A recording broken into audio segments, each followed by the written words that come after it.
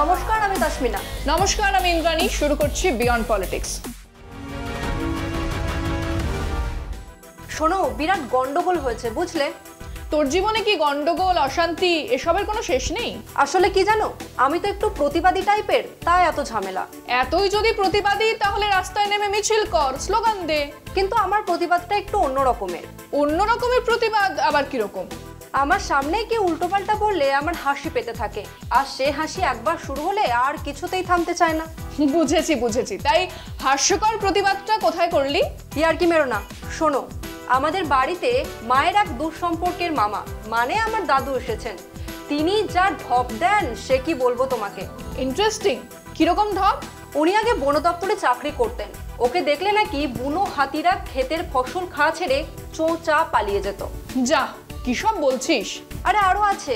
একবার নাকি একটা গন্ডার যাকে পারছিল তাকেই তাড়া করছিল, আর উনি গিয়ে গন্ডারটার কান ধরে থাপ্পড় মেরে বলেছিল, আমি থাকতে এসব হতে দেব না। এই শুনে আমি তো বেদম হেসেছি, আর আমার মা সে তো পুরো ফায়ার।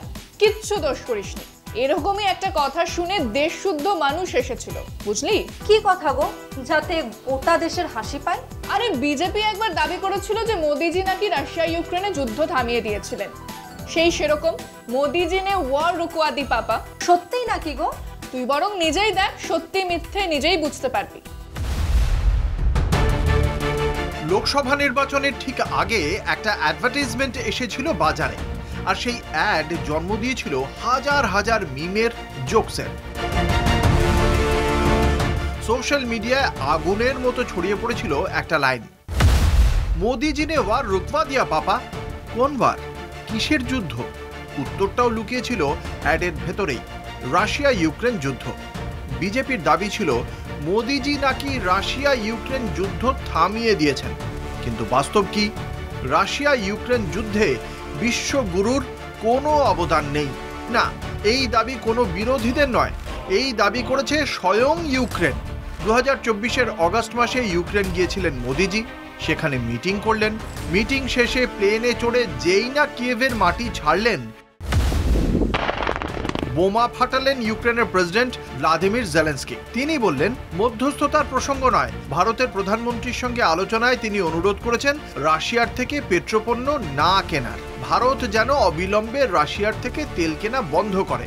আর জেলেনস্কির মুখপাত্র জানালেন, যুদ্ধ নিয়ে কোনো রকম আলোচনায় বা শান্তি প্রতিষ্ঠার চুক্তিতে ভারতের কোনো ভূমিকা নেই। কিন্তু রাশিয়ার সঙ্গে ভারতের বাণিজ্যিক সম্পর্ক নিয়ে আলোচনা করা কিয়েভের জন্য গুরুত্বপূর্ণ ছিল।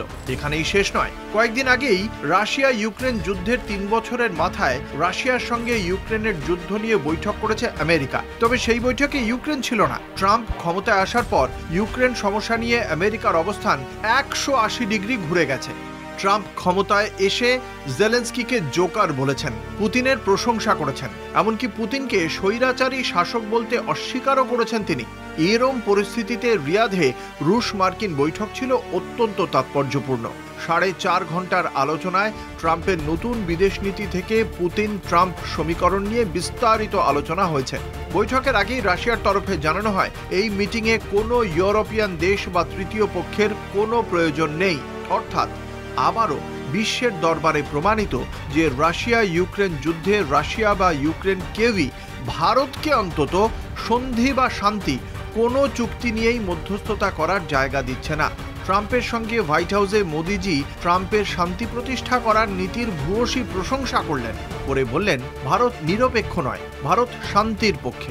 আমি প্রেসিডেন্ট পুতিনকে বলেছি, এটা যুদ্ধের যুগ নয়, কূটনীতি ও আলোচনার যুগ। প্রসঙ্গত বলে রাখা ভালো, গত বছর অগস্ট মাসে মোদিজি যখন ইউক্রেনে জেলেনস্কির সঙ্গে বৈঠক করছিলেন, তখনই রাশিয়া ইউক্রেনের একটি শিশু হাসপাতাল আক্রমণ করেছিল। অর্থাৎ বিশ্বগুরুর মহিমায় যে রাশিয়ার কিচ্ছু আসে যায় না, তা সেদিনও প্রমাণ হয়েছিল।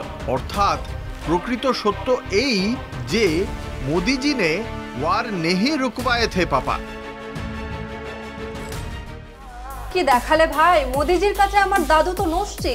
আরে তোর দাদুর তো 4টে হাতি, একটা গন্ডার, তা এই নিয়ে কারবার। আর মোদিজিকে তো পুরো বিশ্বের ঝামেলা সামলাতে হয়, বিশ্বগুরু বলে কথা। আমার কিন্তু হাসি পাচ্ছে, আগেই বলে রাখলাম। আরে হাসির খবর তো এখনো শুরুই করেনি রে। তুই কি জানিস মোদিজি বিশ্বের ঝামেলা সামলান? কিন্তু ডোনাল্ড ট্রাম্প সরকার যখন ভারতীয়দের শেকলে বেঁধে জানোয়ারের মতো দেশে ফেরত পাঠায়, তখন মোদিজি একটা কথাও বলেন না। আমার কিন্তু আর হাসি পাচ্ছে না। ফ্রান্সের প্রেসিডেন্ট ম্যাক্রো ডোনাল্ড ট্রাম্পের মুখের ওপর জবাব দেন, আর বিশ্বগুরু মোদিজি মুখে কুলু পেঁটে বসে থাকেন। এসব ঘটনা ঠিক কি কি নিয়ে ঘটলো বলো তো? তুই এই খবরটা দেখ। भारत एक लोकतांत्रिक देश है और हमारे संस्कार, हमारी संस्कृति वसुधैव कुटुंबकम की है। हम पूरे विश्व को अपना एक परिवार मानते हैं। हर भारतीय को मैं अपना मानता हूं। दूसरी बात है, ऐसे व्यक्तिगत मामलों के लिए दो देश के मुखिया न मिलते हैं, न बैठते हैं, न बात करते हैं। দুজন রাষ্ট্রনেতার বৈঠকে আদানির মতো ব্যক্তিগত ইস্যু আলোচনা করা যায় না, জানিয়েছিলেন মোদিজি। তবে দুজন রাষ্ট্রনেতার বৈঠক আসলে কেমন হওয়া উচিত তার কোনো উদাহরণ সেদিন দেখা যায়নি। সেদিন দেখা গিয়েছিল এক দেশের প্রধানমন্ত্রী মার্কিন প্রেসিডেন্টের কথায় সায় দিচ্ছেন, হ্যাঁতে হ্যাঁ মেলাচ্ছেন, মার্কিন প্রেসিডেন্টের প্রশংসায় পঞ্চমুখ হচ্ছেন। কিন্তু মার্কিন প্রেসিডেন্ট যখন ভারতের বিরুদ্ধে কথা বলছেন, ট্যাক্স নিয়ে ভারতকে আক্রমণ করছেন, তখন চুপ করে থাকছেন, ট্রাম্পের সব কথা মুখ বুজে মেনে নিচ্ছেন। অর্থাৎ কেমন যেন ট্রাম্পের প্রতি প্রশ্নহীন আনুগত্য দেখাচ্ছেন। তবে দুই রাষ্ট্রনেতার বৈঠক কেমন হতে পারে তা দেখা গেল সম্প্রতি ফরাসি প্রেসিডেন্ট ইমানুয়েল ম্যাক্রঁ এবং ডোনাল্ড ট্রাম্পের বৈঠকে। ফরাসি প্রেসিডেন্ট ইমানুয়েল ম্যাক্রঁ রাশিয়াকে আগ্রাসী শক্তি বলে আক্রমণ করেছেন। ইউরোপের অবস্থান যে রাশিয়ার বিরুদ্ধে তা স্পষ্ট করেছেন। কিন্তু ডোনাল্ড ট্রাম্প রুশ প্রেসিডেন্ট ভ্লাদিমির পুতিনকে স্বৈরাচারী বলতে অস্বীকার করলেও ইউক্রেনের প্রেসিডেন্ট ভ্লাদিমির জেলেনস্কিকে জোকার এবং স্বৈরাচারী শাসক বলে দাগিয়ে দিয়েছেন। ট্রাম্পের মতে ইউক্রেন যুদ্ধ দীর্ঘদিন ধরে চললে তা শুধু ইউক্রেন নয়, পুরো বিশ্ব অর্থনীতির জন্য ক্ষতিকর হবে। ট্রাম্প দাবি করেছেন, ইউরোপ ইউক্রেনকে যে সহায়তা দিয়েছে তা ঋণ হিসেবে দেওয়া হয়েছে। একথা বলতে না বলতেই ফরাসি প্রেসিডেন্ট ট্রাম্পের হাত ধরে তাকে থামিয়ে দেন। ট্রাম্পকে থামিয়েই সাংবাদিকদের সামনে বলা শুরু করেন, Europe is loaning the money to Ukraine. They get their money back. No, in fact, to be frank, we paid 60% of the total efforts, and it was through, like the US, loans, guarantee, grants, and we provided real money. To be clear. একজন রাষ্ট্রনেতার মতো আচরণ করে ট্রাম্পের সামনেই তার ভুল ধরিয়ে নিজের যুক্তি দিয়েছেন ম্যাক্রঁ। কিন্তু মোদিজি ট্রাম্প যখন ভারতকে ট্যাক্স নিয়ে কড়া ভাষায় আক্রমণ করছিলেন, তখন নিঃশব্দে সব মেনে নিলেন। ট্রাম্প যখন ভারতীয়দের পায়ে শেকল, হাতে হাতকড়া বেঁধে ক্রিমিনালদের মতো দেশে ফেরত পাঠালেন, তখন কোনো কড়া বিবৃতি দিলেন না। উল্টে ট্রাম্পের পদক্ষেপকেই কার্যত সমর্থন জানালেন। ম্যাক্রঁর সঙ্গে সাংবাদিক বৈঠকে ট্রাম্পের কাছে জানতে চাওয়া হয়েছিল, ইউক্রেন কি কিছু ভূখণ্ড রাশিয়াকে ছেড়ে দেবে? জবাবে তিনি বলেন, দেখা যাক কি হয়। কিন্তু ম্যাক্রঁ এই মন্তব্যের উল্টো সুরে গাইলেন। ট্রাম্পের পাশে বসেই পরিষ্কারভাবে জানিয়ে দিয়েছেন, যে কোনো চুক্তিতে ইউক্রেনের সার্বভৌমত্ব অক্ষুণ্ণ রাখতে হবে। অর্থাৎ ম্যাক্রঁ প্রয়োজনে ট্রাম্পকে আটকেছেন, ট্রাম্পের বিরোধিতা করেছেন, এমনকি ট্রাম্পের নীতির সম্পূর্ণ বিপরীতে গিয়ে রাশিয়ার বিরুদ্ধে আক্রমণ শানিয়েছেন বারবার। বিশ্বগুরুর মতো চুপ করে সব মেনে নিলেন না ম্যাক্রঁ। এই প্রসঙ্গে আরও কয়েকটি বিষয় প্রমাণ করে মোদিজির নিজেকে বিশ্বগুরু বলে প্রচার আসলে ভোটের খেলা। বিশ্ব রাজনীতিতে মোদি জমানায় ভারতীয় কূটনীতির গুরুত্ব দিতে নারাজ মার্কিন প্রশাসন। বরং মোদিজির ট্রাম্পের কথায় ওঠা বসা কূটনৈতিক ব্যর্থতাকেই প্রমাণ করে।